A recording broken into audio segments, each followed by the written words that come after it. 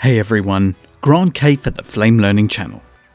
Welcome to part 4 of the Particles 101 Fundamentals video series. In part 3, we continued with the various particle types, and we mainly focused on 3D geometry particles. This included spheres, cones, as well as using custom 3D geometry using the particle draw naming. In part 4, we continue with 2 more 3D particle types that you would normally use with 2D textures. In multiple particle packages, these textures or particles may be referred to as sprites. You could use them to create atmospherics like smoke or fire, or for randomly animated motion graphic elements. If you would like to follow along, please click the link in the YouTube description to download the media.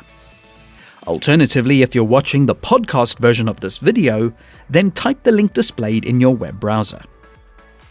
Now, I've already created a fresh action node in batch, and I've already connected the downloaded content into action as media inputs. Going into the action node, the composite is empty and the media is ready to use. Now we'll be focusing on the quads and squares particle types and how you can use them within your composites. We'll start off by using a single point light as the particle emitter. But remember, you can use any flat surface or even 3D object as a particle emitter. So go to the Action Node bin and drag a light node into the Action schematic.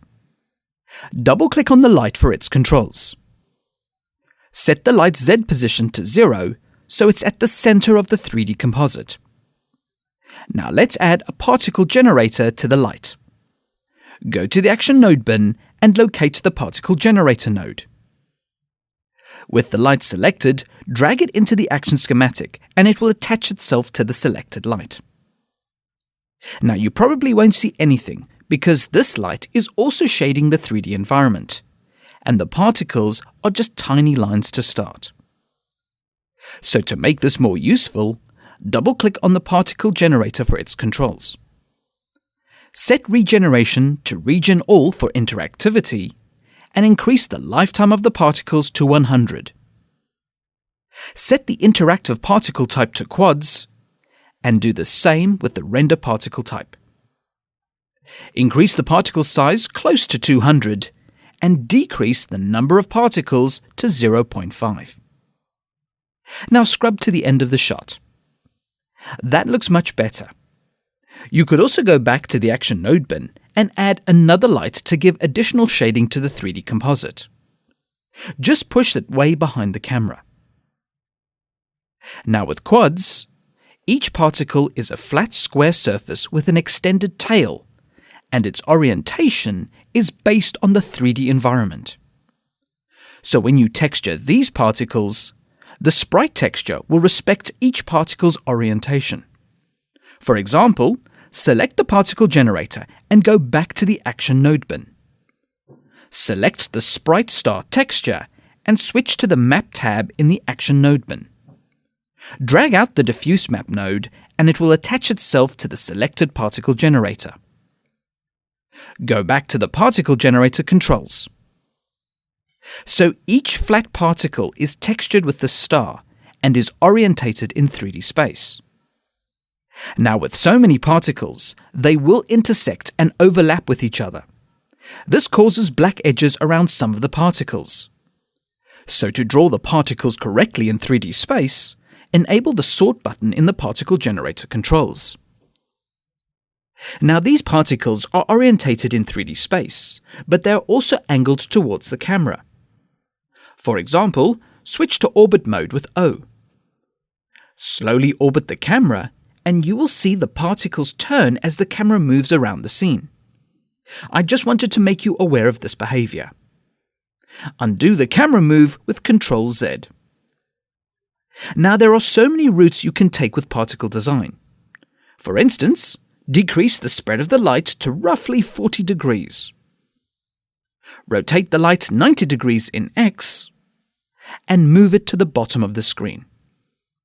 The particles are a bit too big, so decrease the size to 100.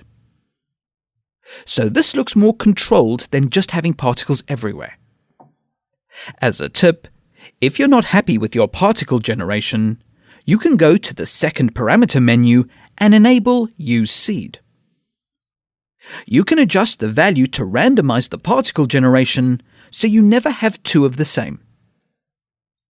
Now, I did mention that quads are square geometry with a tail. To make this clear, select the diffuse map and press H to hide the texture.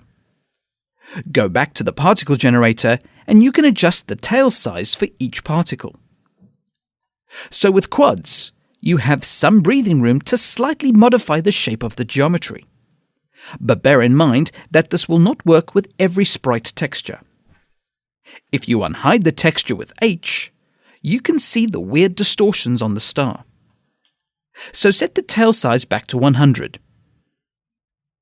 So how does the square particle type compare to quads?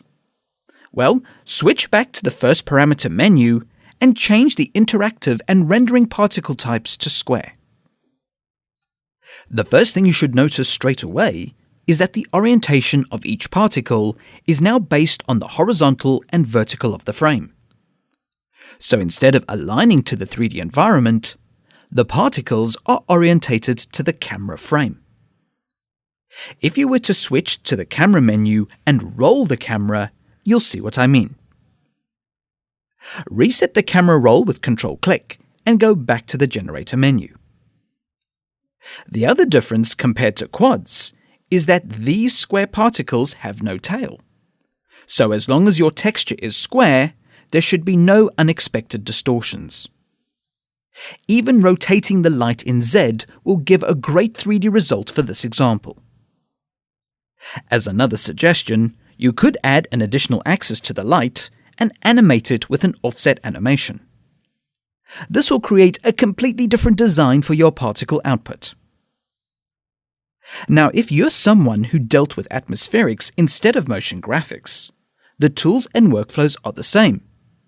The only difference is the texture. For example, select the diffuse map in the action schematic. Go to the Media menu and choose the Sprite Smoke texture. Click Apply to replace the star with the smoke texture. Now, this requires a bit of fine-tuning. Double-click the particle generator node for its controls. Set the size to 100, the number of particles to 2, and finally change the speed to 5. Next, go to the Geometry menu and set the transparency to 75%. To blend the particles even more, change the blend mode to Add. So now you have the beginnings of a smoke trail. It still needs more refinement, but it's already 3/4 of the way there. I hope you're enjoying the Particles 101 series and more videos to be added in the future. Comments, feedback, and suggestions are always welcome and appreciated. Thank you for watching, and please subscribe to the Flame Learning channel for future videos.